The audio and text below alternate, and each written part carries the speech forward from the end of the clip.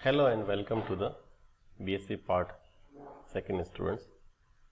बच्चों, हम पिछले 4-5 दिन से ऑर्गेनिक केमिस्ट्री का यूनिट फर्स्ट पढ़ रहे हैं, एल्कोहल और फिनॉल। उसमें हम फिनॉल के रासायनिक गुणों के बारे में पढ़ रहे थे। हमने आज तीसरा रासायनिक गुण की बात हम कर रहे हैं। तो हमने पिछले 2 टर्न पे फिनॉल के OH ग्रुप की रिएक्शन पढ़ी थी, फिनॉल के बेंजीन वाले की अभिक्रिया पढ़ी थी।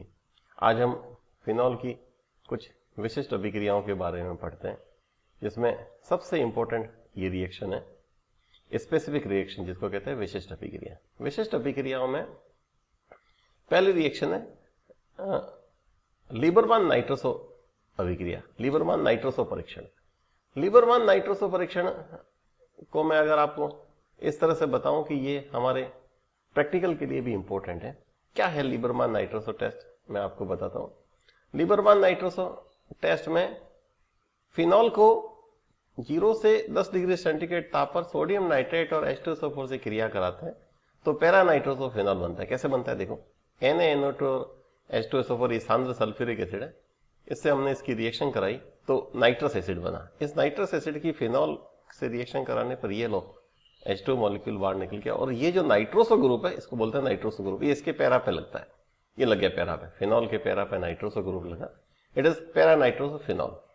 इस पैरा नाइट्रोसो फिनॉल का समावयवीकरण होता है। समावयवीकरण का क्या मतलब, मैं तो आपको बताऊं कि इसके पैरा से एक H इधर जाता है और डबल बॉन्ड शिफ्ट होता है, और एक पैरा क्विनोन मोनोऑक्साइम बनता है, एक ऑक्साइम बनता है। ऑक्साइम होता है NOH वाले, इसको ऑक्साइम या डबल बॉन्ड है, ये ऑक्साइम बनता है, ऑक्साइम बनता है। ये लाल रंग का होता है, मतलब इसकी फिनॉल में अगर NaNO2 H2SO4 डालो तो सबसे पहले लाल रंग आता है। इसको थोड़ी देर पड़ा रखो, ये ऑक्साइम वापस वही ऑक्साइम पड़ा रखो तो ये वापस विलेन के अंदर के फिनॉल से रिएक्शन करता है, और आपके H2O बाहर निकला फिनॉल की रिएक्शन से, और एक नया यौगिक बनता है जो ब्लू कलर का है। तो रेड ब्राउन जो रेड कलर है वो एकदम ब्लू कलर में बदलता है। ये फिनॉल इंडोफिनॉल क्विनोन हाइड्रोजन सल्फेट नाम का कंपाउंड है। अब आप क्या करो, इसी टेस्ट ट्यूब के अंदर पानी डाल दो, इसका डाइल्यूट करो। डाइल्यूट करने पर ये एक और दूसरे रंग के कंपाउंड, रेड कलर के कंपाउंड में फिनॉल इंडोफिनॉल के अंदर बदलता है, फिनॉल में।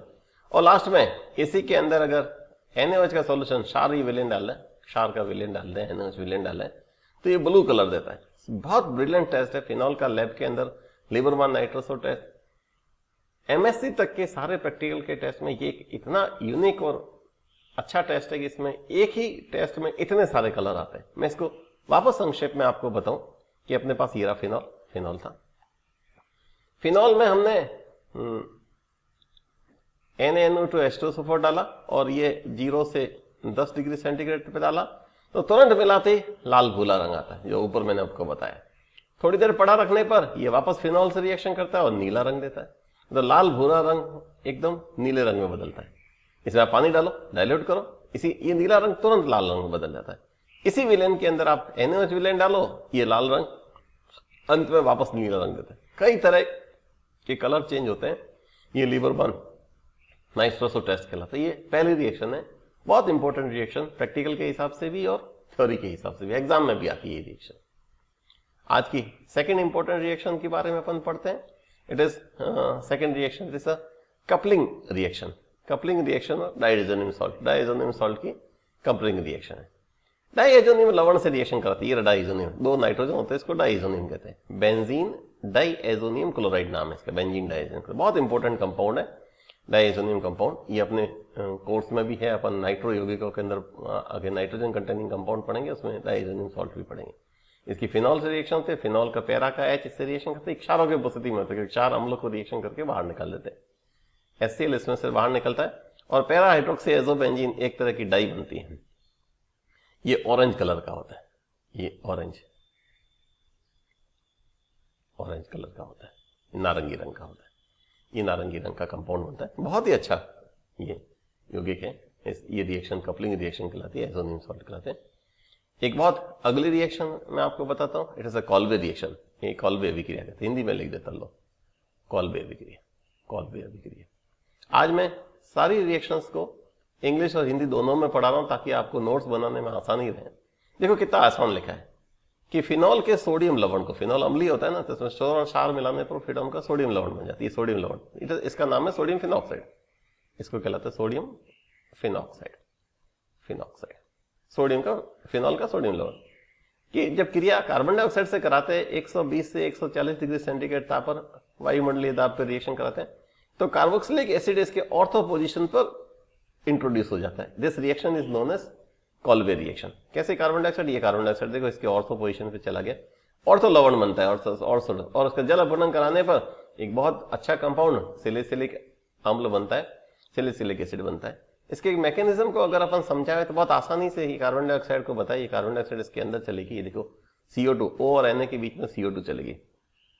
इसका नाम, ये इंटरमीडिएट है, इसका नाम करते हैं, एक तरफ सोडियम है, एक तरफ फेनिल है और CO3 कार्बोनेट, इसका नाम हो गया सोडियम फेनिल कार्बोनेट। मैं लिख भी देता हूं, इसका एक तरफ नाम लिख देता हूं, ये इंटरमीडिएट है, सोडियम फेनिल कार्बोनेट बनता है।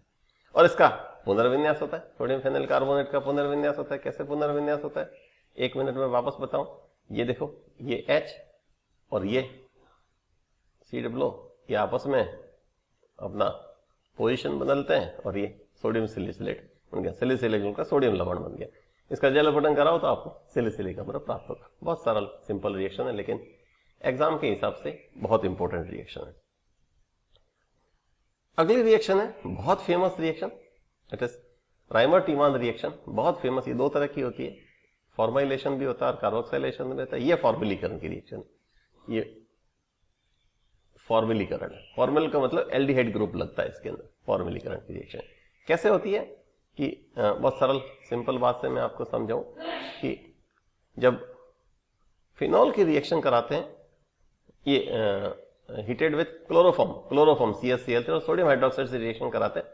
अब फॉर्माइल ग्रुप होता है CHO group, enters at the ortho and para position. ज्यादा ऑर्थो पे लगता है, पैरा पे कम लगता है, रिएक्शन होती है। जैसे मैं एक एग्जांपल दिया, ये अपना फिनॉल था, इट इज फिनॉल की रिएक्शन कराई मैंने। NaOH 3 बार आता है, 1 बार इधर लिखा, 2 बार इधर लिखा, लिखने का अपना तरीका है। अच्छा, ये H2O बाहर निकला, ये एक NaCl बाहर निकला, और ये देखो आप गौर से, ये 2 NaCl और बाहर निकल गए। अब आप खुद ही देख सकते हैं क्या क्या प्रोडक्ट बाहर निकला। अपन गौर से देखें तो अपने 3 तो देखो NaCl बाहर निकल गए और एक H2O बाहर निकला। अब बचा क्या, ये बचे वाला कंपाउंड को लिखते हैं अपन कि बचा वाला कंपाउंड ये रहा अपना, ये कंपाउंड, ये जो बच गया, ये फिनॉल का जो पार्ट था वो बचा। सबसे पहले फिनॉल के पार्ट को लिखते हैं, OH ग्रुप लिखा, और फिर ये सीधा जाके लगा CH के, और CH लगा 2 OH के। एक कार्बन पे 2 OH ग्रुप लगते हैं। ये कभी भी स्थायी नहीं होता, ये अस्थायी होता है, इंटरमीडिएट बनता है। और इसमें से अपन अब वाटर मॉलिक्यूल बाहर निकाल देते हैं क्योंकि ये अस्थायी है। ये लो, ये वाटर मॉलिक्यूल बाहर निकाल देते। जैसे हमने इसके अंदर से वाटर मॉलिक्यूल बाहर निकाला, ये फॉर्मुलेशन हो गया और फिनॉल के ऊपर एल्डिहाइड ग्रुप इसके ऑर्थो पे लग गया, ऑर्थो पे इसके एल्डिहाइड ग्रुप लगा। बहुत कम मात्रा में पैरा पे भी लगता है, ऑर्थो पे लगा। इसका नाम है सिलिसैल्डिहाइड, सिलिसैल्डिहाइड हाइड कहते हैं, या ortho hydroxy benzaldehyde. It is ortho hydroxy benzaldehyde. ये मोस्ट इंपोर्टेंट रिएक्शन इस चैप्टर की सबसे इंपोर्टेंट रिएक्शन है। मैं इसका मैकेनिज्म आपको बताता हूं, मैकेनिज्म आपको बताते हैं आप लोग। मैकेनिज्म में क्या होता है, कई सारे स्टेप है, आप ध्यान से देखें। मैकेनिज्म में फर्स्ट स्टेप के अंदर CHCl3 की बेस, NaOH का सार था ना, OH माइनस से रिएक्शन होती है और ये H2O बाहर निकलता है। H2O जैसे ही बाहर निकला, CCl3 ये कार्बोनिडाइन बना, ट्राइक्लोरोकार्बिन कंपाउंड बनता है, कार्बेनाइन कंपाउंड बना, कार्बोनिडाइन कहना चाहिए इसको हिंदी में। सेकेंड स्टेप में ये जो CCl3 माइनस था, इसमें से Cl ऋणायन एक बाहर निकला और Cl बना कार्बन। ये भी एक रिएक्टिव इंटरमीडिएट है, इसका नाम है डाइक्लोरोकार्बन।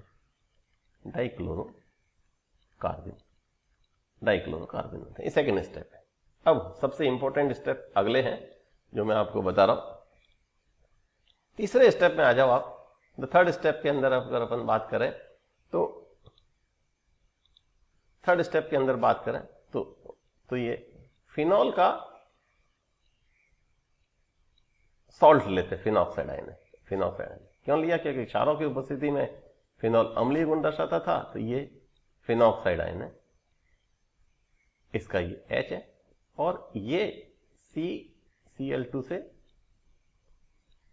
रिएक्शन करता है। ये देखो, ये डबल बॉन्ड इधर और ये तो कार्बन इसके साथ रिएक्शन करेगा। कैसे रिएक्शन करता है मैं आपको बताऊं। ये देखो गौर से, दिस ये double bond, it is CH, Cl2, यहां पे नेगेटिव चार्ज आएगा और बाकी ये ऐसा।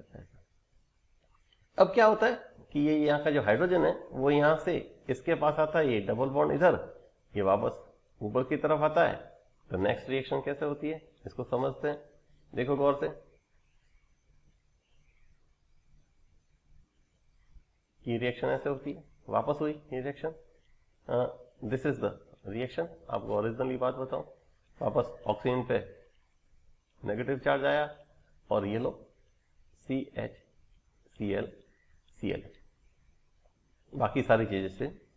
अब वापस क्षार आता है, 2 NaOH आता है। ये दोनों NaOH आपके क्या करेंगे अपन देखो गौर से, ये दोनों Na जो है ये दोनों इस Cl को लेके बाहर निकलते हैं, -2 NaCl बाहर निकल गया।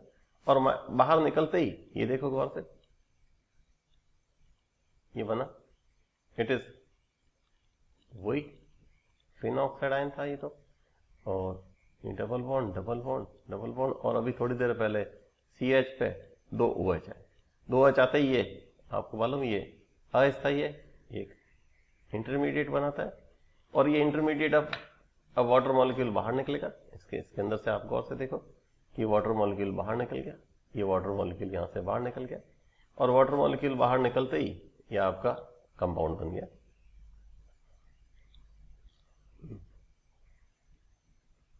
सिलिसैल्डिहाइड का सोडियम सॉल्ट बन गया। ये CHO आया, इट इज O नेगेटिव, सिलिसैल्डिहाइड का सोडियम सॉल्ट बन गया। और इसका अगर अपन हाइड्रोलिसिस कराओगे, H3O+ हाइड्रोलिसिस कराओगे तो ये फाइनली फिनॉल से हमारा सिलिसैल्डिहाइड बन गया, इट इज CHO, सिलिसैल्डिहाइड बन गया। ये रीमान-टीमान फॉर्माइलेशन रिएक्शन कहलाती है। इसी तरह से एक रीमान-टीमान कार्बोक्सिलेशन रिएक्शन होती है। उसमें क्या होता है, मैं आपको थोड़ी देर ऊपर वापस बात करूं। क्लोरोफॉर्म की जगह में अगर इस रिएक्शन में कार्बन टेट्राक्लोराइड लगा दूं, यहाँ इस क्लोरोफॉर्म की जगह पर अपन, ये क्लोरोफॉर्म है, इट इज क्लोरोफॉर्म फॉर्म की जगह अगर मैं कार्बन टेट्राक्लोराइड लगाऊं तो ये एल्डिहाइड की जगह, फॉर्माइल ग्रुप की जगह कार्बोक्सिलीकरण हो जाता है, रीमान-टीमान कार्बोक्सिलीकरण कराता है और सिलिसिलिक अम्ल प्राप्त होता है। इस तरह से आज अपन ने बहुत इंपॉर्टेंट रिएक्शन पढ़ी, रीमान-टीमान रिएक्शन पढ़ी, लिबरमैन नाइट्रोसोल रिएक्शन पढ़ी, कपलिंग रिएक्शन पढ़ी। ये खूब सारी रिएक्शन मैं आपको एक बार फिर रिवाइज करा दूं। कॉल्वे रिएक्शन पढ़ी। ये सभी आज की पढ़ी हुई सारी रिएक्शन एग्जाम में आने वाली है। आप इनके नोट्स बनावें। आज मैंने आपको बहुत सरल तरीके से हिंदी में समझाया। आप रिएक्शंस को वापस किताब से पढ़ें, हिमांशु पब्लिकेशन की बुक से पढ़ें, मैं उसी को फॉलो करता हूं। इस तरह से आज की कहानी बस इतनी ही। अगले टर्न पे कल अपन फिर मिलेंगे। आपका दिन शुभ हो। आप बहुत अच्छे से स्वस्थ रहें, घर में रहें, सेफ रहें। Thank you very much.